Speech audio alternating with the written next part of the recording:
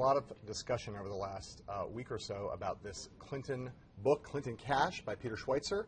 And it's an interesting book. There's a lot of interesting news in it, or semi-news, matters of controversy, all of those things being discussed. What's been less remarked on in this entire phenomenon is the brilliance of the publishing strategy involved by Peter Schweizer and his publisher, and the flat-footedness, the unprecedented, unusual, and characteristic flat-footedness of the Clinton operation in dealing with this book controversy. Let's start with the publication strategy. Peter Schweizer, a guy with some conservative bona fides, someone who could be caricatured possibly, and the Clinton campaign has tried to caricature as a partisan author, goes to two of the most respected, reputable mainstream news sources in the country, the Washington Post and the New York Times, and gives them early copies and allows them to start doing reporting on the basis of his book, reporting that is now bearing fruit in the pages of the Post and the Times. Why is that such a brilliant strategy? It's brilliant for a number of reasons. The first reason it's brilliant is that it creates a huge amount of buzz. The book's not even out yet, and everybody's talking about it. So he's got all this pre-publication publicity, but it's better than publicity because it's not just the publicity that comes with the imprimatur of the Times and the Post. They are now vouching, in some sense, for the reporting that he's done in the book, which helps to inoculate him from the charges of being a partisan hack.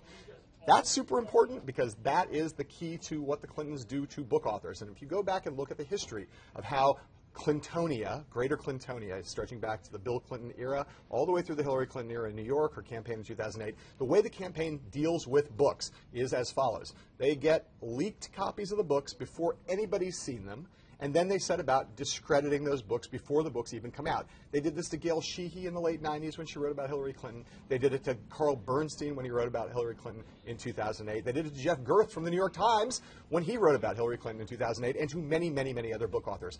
And the brilliance of that strategy is, by the time the book comes out, all of the news in the book has been leaked other places, so the publication strategy has been ruined, and has largely been discredited in the way that the Clintons have managed to pre-butt a lot of the things that will be damaging charges in the book. In this case, Schweitzer's strategy has done a jujitsu thing on the Clintons.